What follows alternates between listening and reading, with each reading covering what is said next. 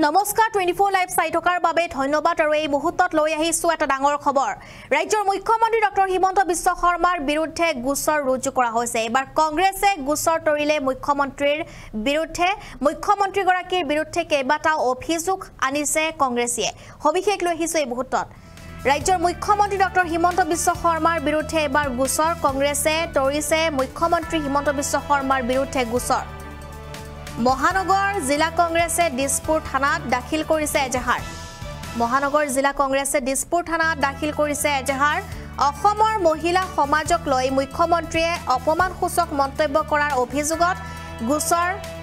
তৰা হৈছে আৰু তাৰ বাবে এতিয়া কংগ্ৰেছে প্ৰতিবাদো কৰিছে একাংশ কংগ্ৰেছীয়ে লগতে মুখ্যমন্ত্ৰী গৰাকীৰ বিৰুদ্ধে গোচৰ তৰা হৈছে এই মুহূৰ্তত এয়া ডাঙৰ খবৰ মুখ্যমন্ত্ৰীয়ে মহিলাৰ শালীনতা হানি কৰিছে চাকৰি লোৱা মহিলাৰ যেটো ওপৰত প্ৰশ্ন আনিছে বুলি উল্লেখ কৰিছে কংগ্ৰেছে 15 বছৰৰ কাৰ্যকালত হিমন্ত বিশ্ব শৰ্মায়ও মন্ত্ৰী হৈ আছিল বুলি উল্লেখ কৰিছে মুখ্যমন্ত্ৰী হিমন্ত বিশ্ব শৰ্মাই মহিলাৰ প্ৰতি অশালীন মন্তব্য কৰা বুলি অভিযোগ এবাৰ কংগ্ৰেছে আনিছে ডাঙৰ অভিযোগ মুখ্যমন্ত্ৰী ডক্টৰ হিমন্ত বিশ্ব শৰ্মাৰ বিৰুদ্ধে আৰু যাৰ পিছতে এতিয়া থানাত গোচৰ ৰুজু কৰা হৈছে মুখ্যমন্ত্ৰীয়ে মহিলাৰ শালীনতা হানি কৰিছে বুলি উল্লেখ কৰিছে কংগ্ৰেছে মুখ্যমন্ত্ৰী হিমন্ত বিশ্ব শৰ্মাৰ যেটো মহিলাৰ প্ৰতি অশালীন মন্তব্য কৰা বুলি অভিযোগ আনিছে কংগ্ৰেছে এই মুহূৰ্তৰ এয়া ডাঙৰ খবৰ আৰু যেটো এবাৰ মুখ্যমন্ত্ৰী ডক্টৰ হিমন্ত বিশ্ব শৰ্মাৰ বিৰুদ্ধে গোচৰ কংগ্ৰেছৰ দিছপুৰ থানাত মহানগৰ জিলা কংগ্ৰেছে দাখিল কৰিছে এজাহাৰ অসমৰ মহিলা সমাজক লৈ মুখ্যমন্ত্ৰীয়ে অপমানসূচক মন্তব্য কৰাৰ অভিযোগ উত্থাপন হৈছে আৰু সেই সন্দৰ্ভতে এই গোচৰ দিয়া হৈছে মুখ্যমন্ত্ৰীৰ বিৰুদ্ধে দিছপুৰ থানাত কংগ্ৰেছৰ এজাহাৰ দাখিল গুৱাহাটী মহানগৰ জিলা কংগ্ৰেছ কমিটিৰ মহিলাক লৈ মুখ্যমন্ত্ৰীয়ে কৰা অপমানসূচক মন্তব্যৰ বিৰুদ্ধে এজাহাৰ দাখিল কৰা হৈছে কিছু মন্তব্য আছে এই ঘটনা সন্দৰ্ভত খেয়া শুনাবলৈ চেষ্টা কৰি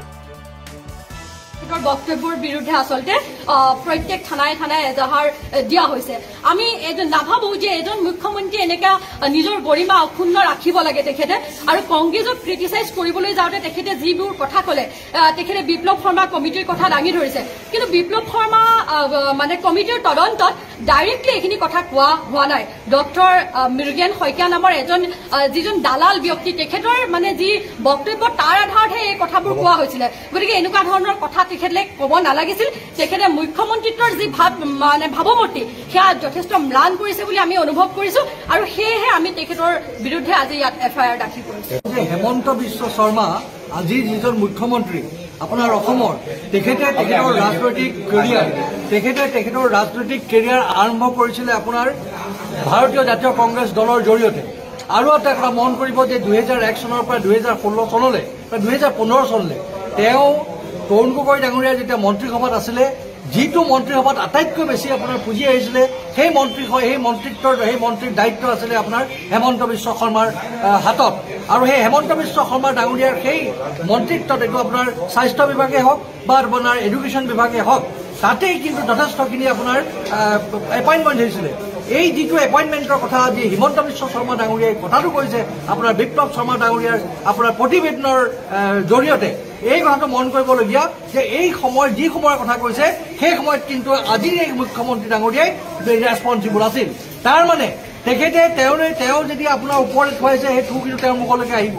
এই যিখিনি এপইণ্টমেণ্ট তেওঁৰ দিনত হোৱা তেওঁৰ এপইণ্টমেণ্টত যদি এনেকুৱা ধৰণৰ ঘটনা হৈছিল